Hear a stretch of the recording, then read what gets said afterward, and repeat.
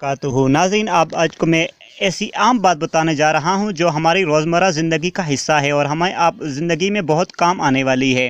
लेकिन इससे पहले अगर आपने मेरे चैनल को सब्सक्राइब नहीं किया तो सबसे पहले इसे सब्सक्राइब कीजिएगा और बेल आइकन के बटन को ज़रूर दबाइएगा ताकि मेरी हर आने वाली वीडियो सबसे पहले आप तक पहुँचे। तो लीजिए सामीन, अर्ज़ करते हैं कि इस्लाम में जानवरों की लड़ाई का क्या हुक्म है। क्या जानवरों में लड़ाई कराना सही अमल है, गलत अमल है? क्या ये सैर व तफरीह की खातिर किया जा सकता है या नहीं? तो नाज़रीन, मैं आपको बताता चलूँ कि नबी करीम सल्लल्लाहु अलैहि वसल्लम ने जानवरों को आपस में लड़ाने की ममानियत फरमाई है। चाहे मुर्गियों को लड़ाया जाए या बटेरों को या मेंढे को, जिसके लड़ाने का माशरे में आम रवाज है, या किसी और जानवर को लड़ाया जाए। जैसा कि हमारे यहाँ अक्सर कुत्तों को और मुर्गियों को लड़ाया जाता है और बैलों को दौड़ाया जाता है, यह सब अमल गलत हैं।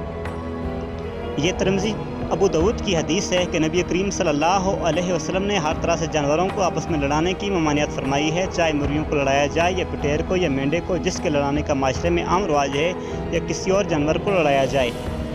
इस हदीस की तशरीह में हकीमुल उम्मत मौलाना अशरफ अली थानवी रहमतुल्लाह अलैह अपने रसाला जानवरों के हकूक़ में इस हदीस की तशरीह करते हुए लिखते हैं, मुर्गबाजी, बटेरबाजी और मेंढे लड़वाना, इसी तरह किसी जानवर को लड़ाना, सब इसमें दाखिल है और सब हराम है कि खामखा इनको तकलीफ़ देना है। और रासी के हुक्म में है गाड़ी बानों का बैलों को भगाना कि वो भी हाम जाते हैं और बाज़ औक़ात रसवारियों को चोट लग जाती है और बजुज़ तफ़ाखुर और मुकाबला के इसमें कोई मुसल्लहत नहीं।